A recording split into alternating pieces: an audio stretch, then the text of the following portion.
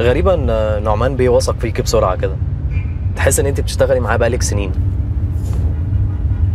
فريال قولي لي، انت متجوزة؟ ايوه. لا. ايوه ولا لا؟ ما تحيرينيش.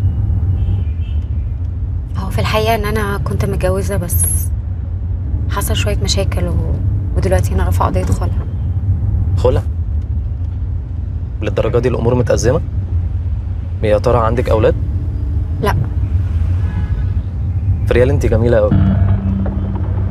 ما فكرتيش تشتغلي في الموديلينج او في التمثيل بدل الشغل في المطاعم يعني والبهدله؟ المفروض ان انا بشتغل في تخصصي، وبعدين البهدله ما بتجيش من الشغل. امال ايه؟ بتيجي من الناس اللي بتستغل البني ادمين وبتبتزهم، بيضغطوا عليهم وعلى اعصابهم، كل ده عشان الشغل. وبعدين يعني مش كل واحده حلوه لازم تشتغل ممثله. والله عندك حق، مع ان الايام دي اي واحده جميله يا بتشتغل ممثله يا بتشتغل مغنيه، هتيجي عليكي يعني وهيقولوا لا. طيب يبقى كفايه عليكم الموجودين، يعني مش ناقصكم واحده حلوه كمان. فريال تعرفي ان انت وشك حلو قوي، بس لما دايما ببص لك بحس ان انت تعبانه وحزينه. انت جدعه قوي يا فريال. متشكره.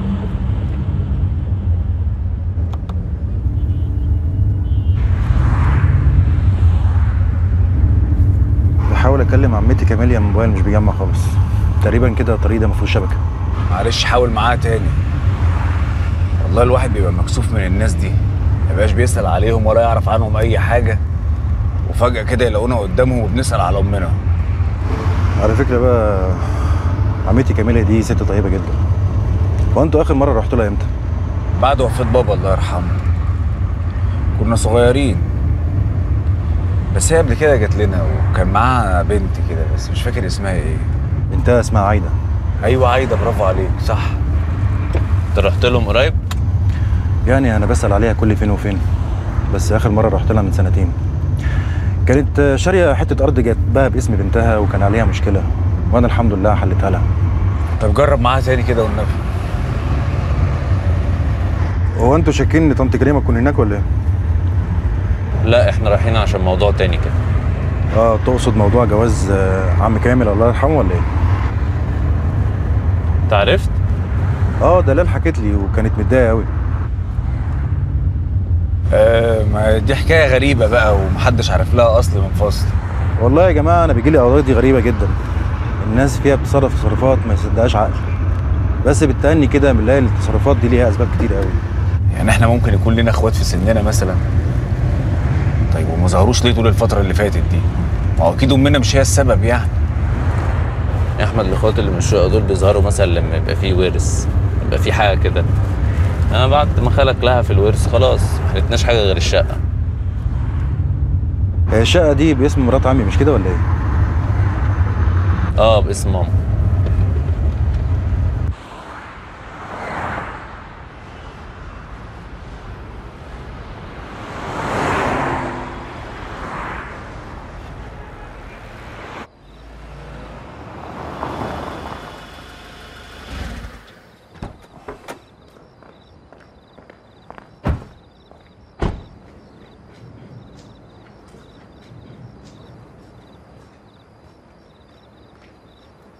ألف سلام على نعمان بيه صفاء هانم. هو عادل بيه هنا؟ في الصالون فوق مع فريال. فريال؟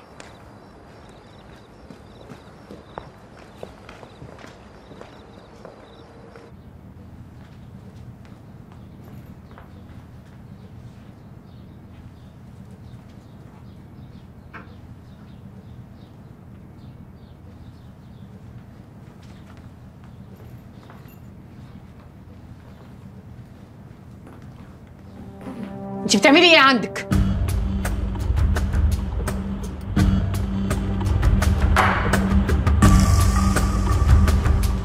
كنت بجيب له نعمان بيه حاجات محتاجها ضروري. وبصفتك ايه بتحضري له الحاجات؟ في ناس مسؤوله عن الغرف هنا. يا مدام صفاء، انا كنت معاه في المستشفى لما كان تعبان. في المستشفى كمان يا بجحه؟ في يا مدام صفاء، ايه اللي حصل لكل ده؟ انت كنت فين وايه اللي بيحصل ده؟ انا كنت في الصالون بره على ما فريال تخلص الحاجه اللي هي بتعملها.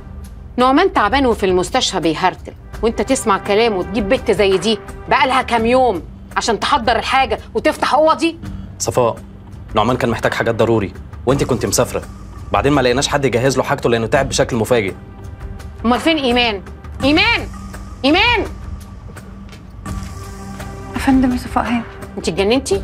تجيبي بنت زي دي تدخليها اوضتي وانا مش موجوده؟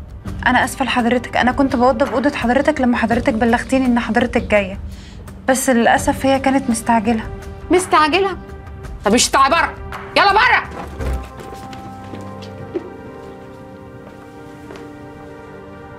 اعملي شيك على الدواليب وعلى الحاجه وحضري لي الشنطه بسرعه.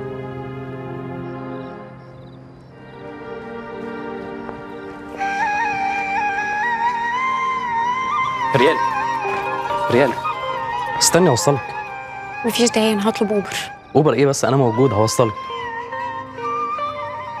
محتاجه استاذن من مدام صفاء الاول.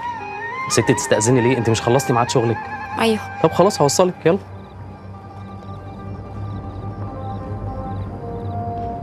في ريال. افندم. على فين؟ مروحه. كده مع نفسك؟ ما هو خلاص خدي حسابك من عادل بيه، مش عايز اشوف وشك هنا تاني، فاهمه؟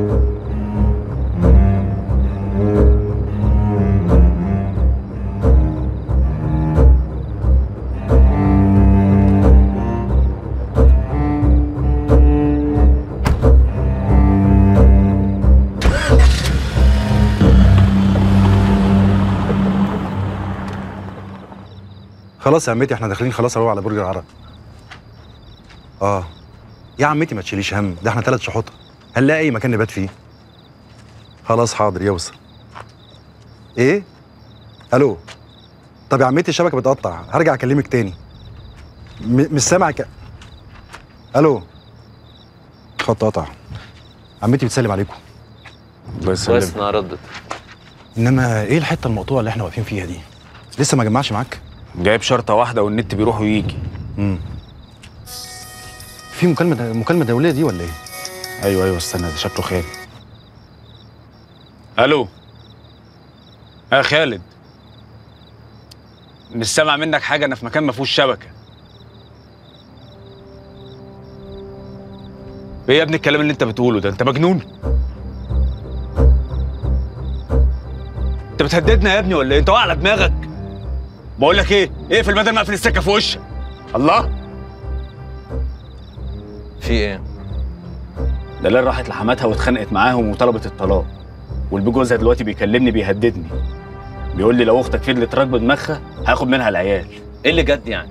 ما كانت عايشه معاه بقالها سنين، وبعدين لو مش طايقاه كده ما كانت قالت لنا ولا كانت قالت لامها. هو احنا كنا عايشين معاها ولا عارفين تفاصيل حياتها؟ الله، وبعدين دلال اختك كتومه. بس كانت عايشه زي كل الناس المتجوزين ما عايشين وبتربي عيالها. الافكار السوداء دي ما ظهرتش في دماغها غير لما تقصد ايه يا جلال؟ تقصد ايه؟ لما انت ظهرت.